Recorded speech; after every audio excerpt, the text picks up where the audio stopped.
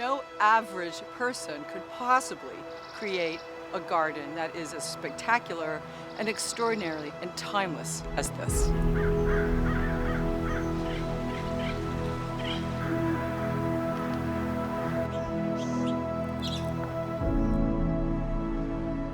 It is completely impossible to separate the creator from the creation. This is a very personal garden.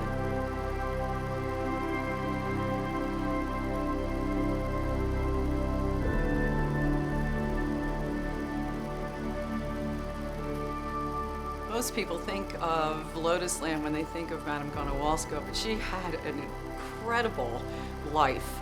She was a fighter for women's rights. She was an art collector. She owned a beauty products enterprise. She owned and directed the Theatre des Champs-Élysées. She was an artist and an author and a spiritual seeker.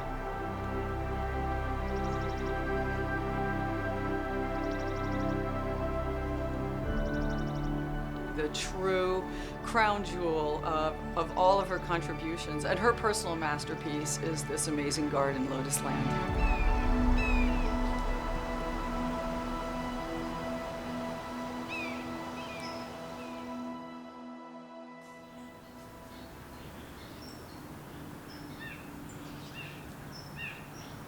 I always feel like I'm at a museum when I come to the garden because she was an artist and this is her museum. It's so unusual and eccentric, really. That's what I love about it. It's very, very spiritual. You come and you just kind of enter a different world, which is magical.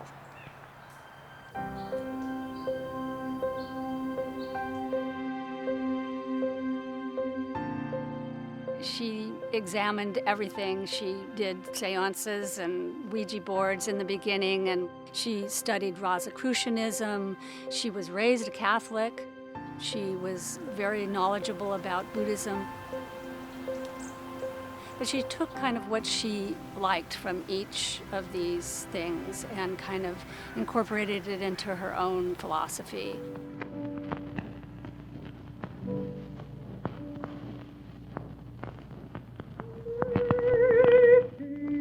She did sing in the garden. I think she kind of practiced her songs. And she would walk around the garden singing opera, of course. And so I did hear her quite a lot. She just loved it because she continued for quite a while at Lotusland singing.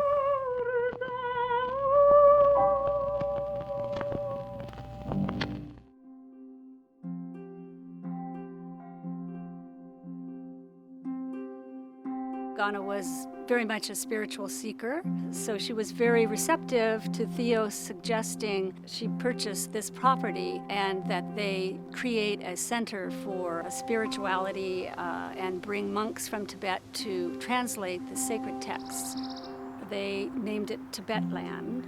But unfortunately, because of the war, the monks were not able to come. Ganna Walska renamed the estate Lotusland, which is very in keeping with the symbol of the lotus, which is rebirth and renewal.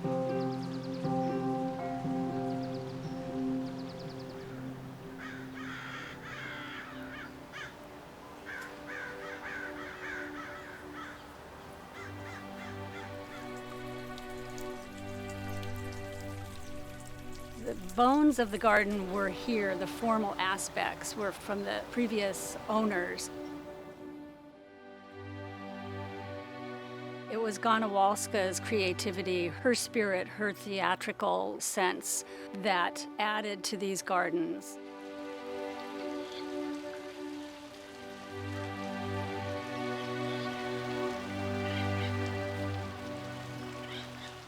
I think that it's an artistic vision regardless of what kind of medium you're working with. She just happened to be an artist who worked with plants, but you also see it in her jewelry. You know, she designed a lot of her own jewelry and a lot of her own clothing.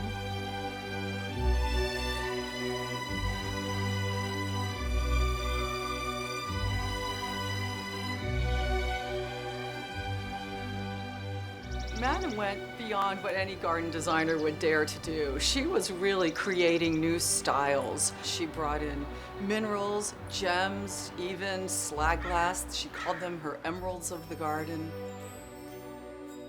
She saw beauty in the exotic and the eccentric. She liked to plant en masse, where she would put a lot of the same plant over and over again repeated. And it's very striking when you see the volume of the types of specimens that she has and the artistry in which they were positioned.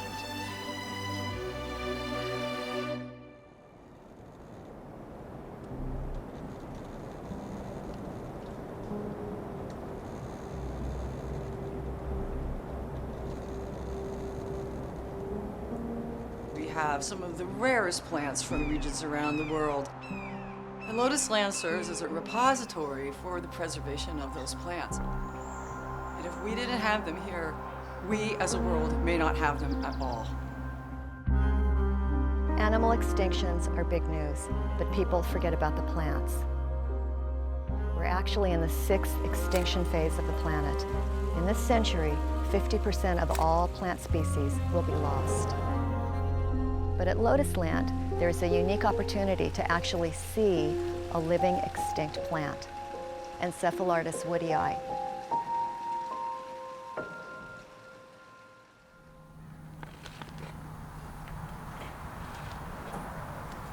At the recent CICAD conference in South Africa, the idea was proposed that we become an off-site assurance colony as part of a species survival plan, with the ultimate goal of reinstating plants into the wild. Lotusland works to raise awareness about the importance of plants and our dependence upon them. We encourage people to hopefully live more sustainably, not only in terms of plants and horticulture, but the footprint we leave on the planet.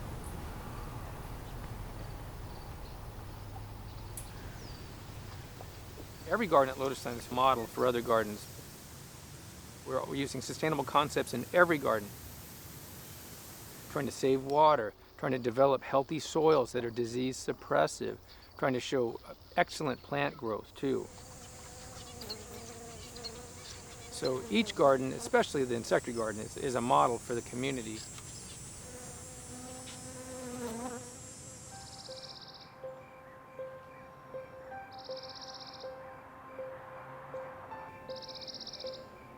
Most gardens, and Japanese gardens in particular, are powerful environments for relaxation, for mental focus or mindfulness, and for healing.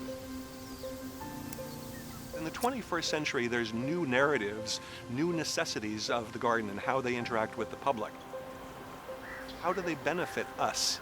As in botanic gardens, moving beyond simply educating us about plants, but really taking us into intimate connections through textures and smells and physical arrangements of plants. I think that's the new frontier. And Lotusland is poised to be at the forefront of it. With our continued stewardship of this incredible place, Lotusland can actually give back to our community and to the world inspiration, a place for healing, wellness, and tranquility.